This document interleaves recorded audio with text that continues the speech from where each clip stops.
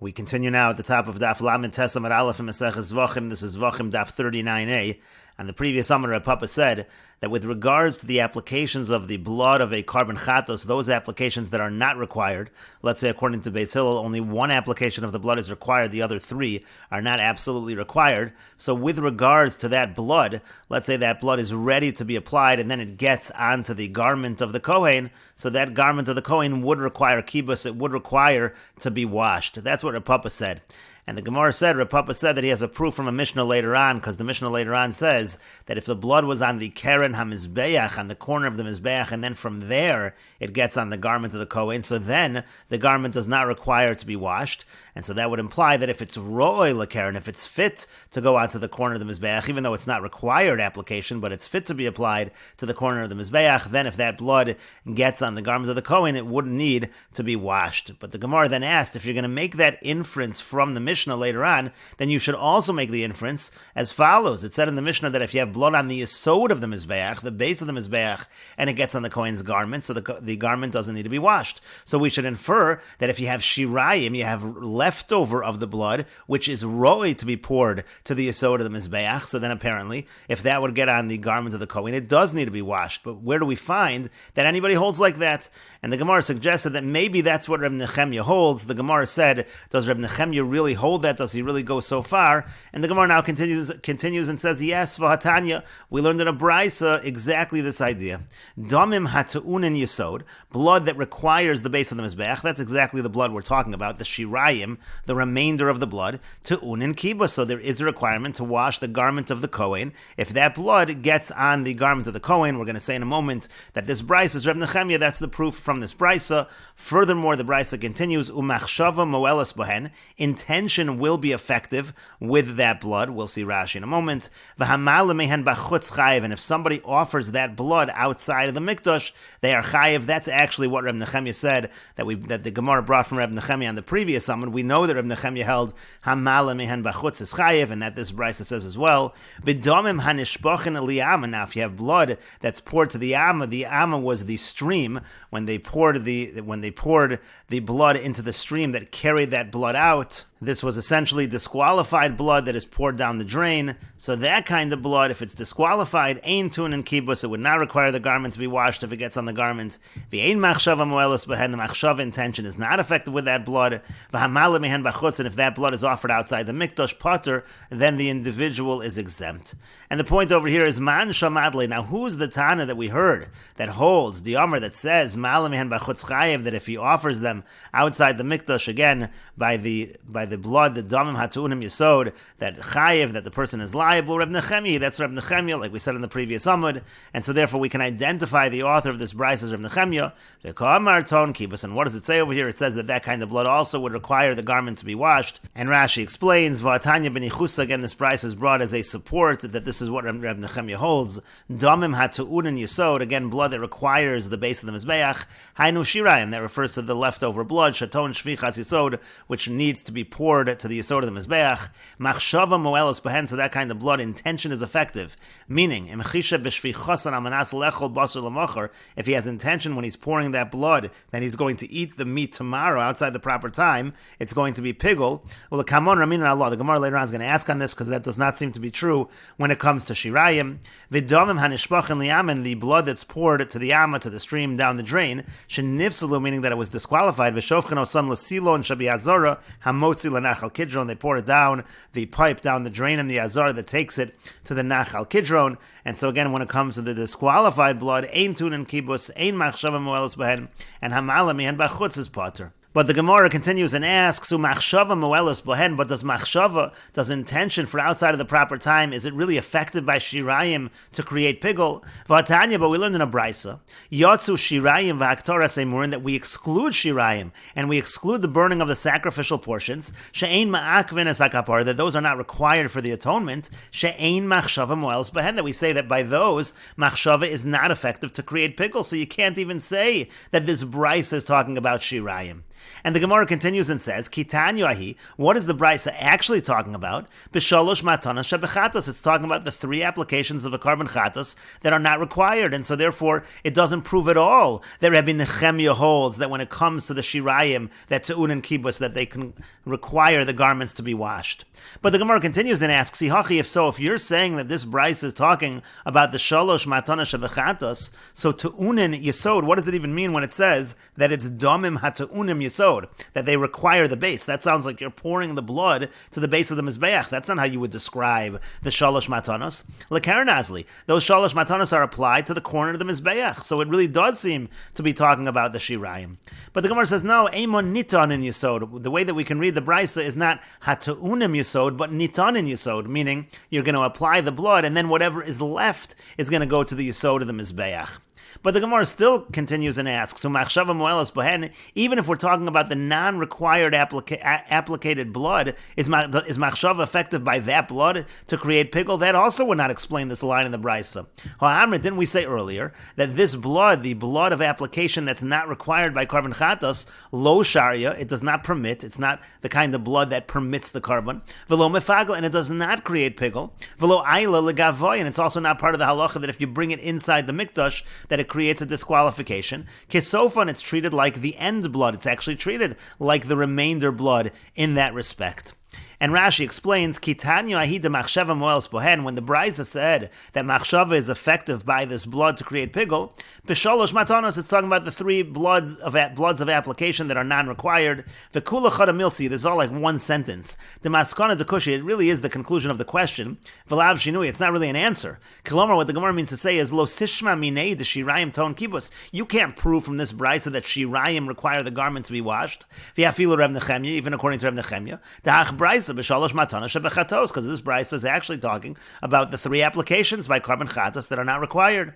And then the Gemara changed the gears of the brisa to nitonin yesod, which means mitzvahs ti'inas yesod aleihem sheshofech shireihem liyesod. It means the requirement to pour to the yesod is based on these applications, because whatever is left is going to be poured to the yesod. And so the Gemara continues and answers, Ella rather kitanyu ahi, what is the brisa above talking about? It is talking about shirayim, however, it's talking about shirayim b'damim hapnimim. It's talking about shirayim specifically of the types of carbon chatos where the blood is actually brought into the Beis HaMikdash to the inner mizbeach. That's where it's applied. And so over there again, we say these halachas that the brisa said. Again, the halachas of te'un and kibbutz and machshava moelas bohen and hamala mihen b'chutz is chayiv. That's what the brisa is talking about. But the Gemara continues and says, avol b'dam hachitzonim. But according to that, so what would be the halacha by the shirayim of the outer blood? What would be the halacha? Apparently the halacha would be potter. The halacha would be exempt, meaning if mala mehen bachutz, if those are offered, if that kind of blood is offered outside the mikdash, apparently the halacha would be exempt. But if that's the case, adetani, instead of saying in the brisa above, again it contrasted the shirayim with the damim hanishpachin liyama. It contrasted it with the disqualified blood. But why contrast with the disqualified blood? You could just contrast with the damim hachitzonim. As the Gemara now says, adetani damim hanishpachin liyama. Instead of contrasting with the blood that's poured down the drain, liflog v'lisni b'didah, you could actually contrast with shirayim against shirayim of damim hapnimim and shirayim of damim hachitzonim, and say as follows: B'amed devarim amurim. What are we talking about? B'damim hapnimim, by the inner blood. Avol b'damim hachitzonim, but by the outer blood. Potter, then we would say exempt. That's what the brisa should have said if we're talking only about damim hapnimim.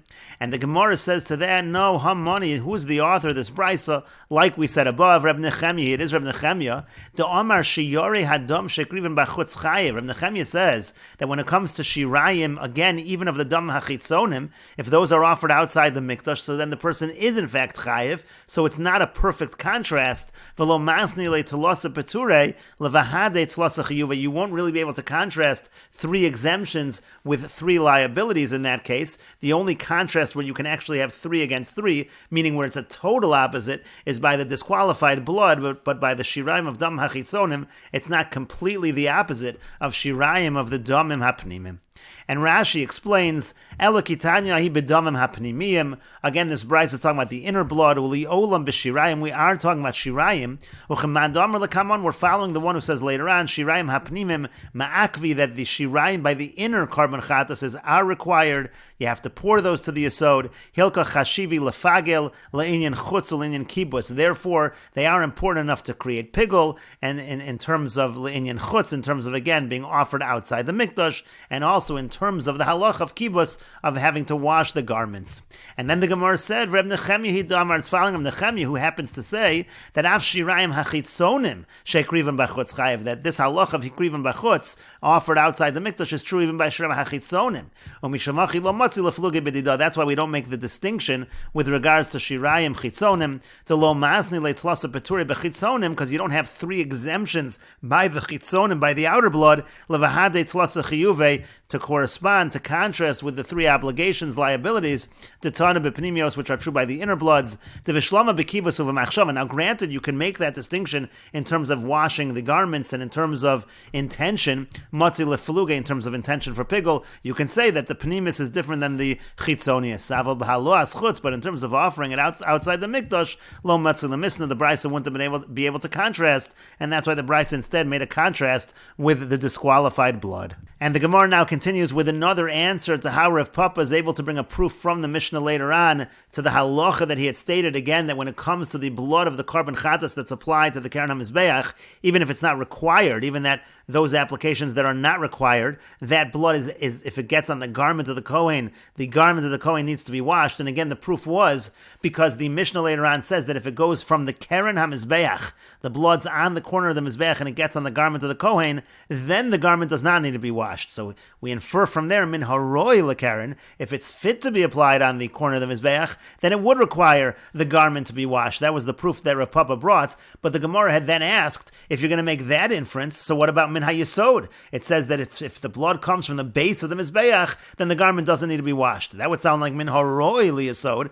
If it's fit to be poured to the base of the Mizbeach, which is the shirayim, then apparently it would require the garment to be washed. That's difficult. Again, the answer that we just gave was, we're following Rav Nechemya in that regard. And the Gemara now is going to give another answer. Ravina says, min hakeren mamish. When it says in the Mishnah min hakeren, it means the corner, it means from the corner, no requirement to wash. If it's ro'y lekeren, yes, requirement to wash.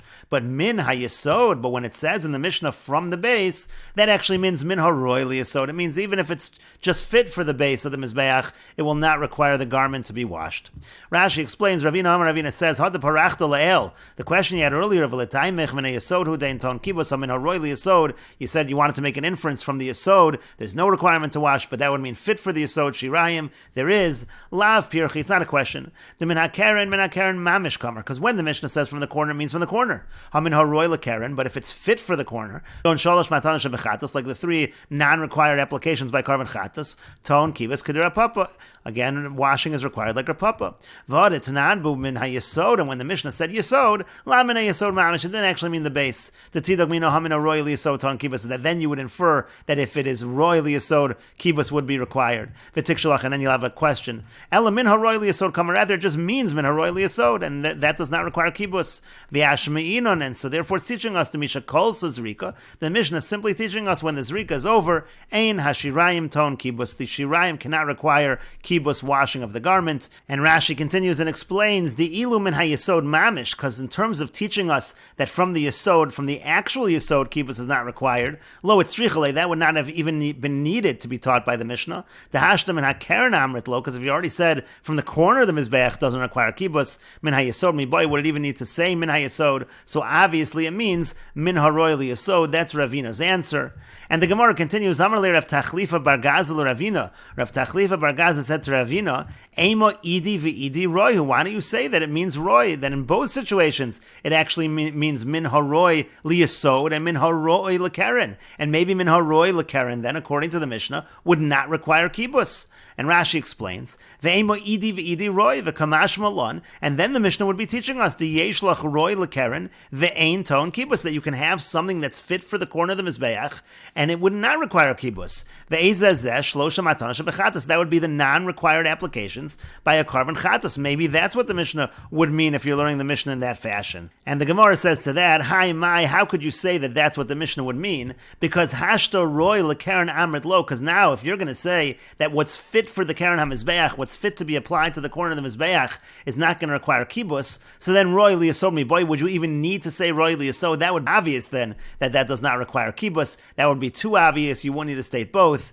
Ella, rather, you have to say min hakeren mamish. Min hakeren means from the corner, actually from the corner, does not require kibus. And min hayesoda, when we say min hayesod doesn't require kibus, min haroy liyasod. It means from what is fit for the yesod of the mizbeach. And the Gemara continues at the two dots. The Mishnah said, Kol hanitanan al mizbeach hapnimi, all the kinds of karbonos where the blood is applied to the inner mizbeach, so there the applications are required.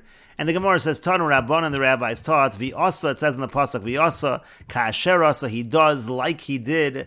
Ma bo lilmod, what is this pasuk coming to teach? We will see Rashi in a moment.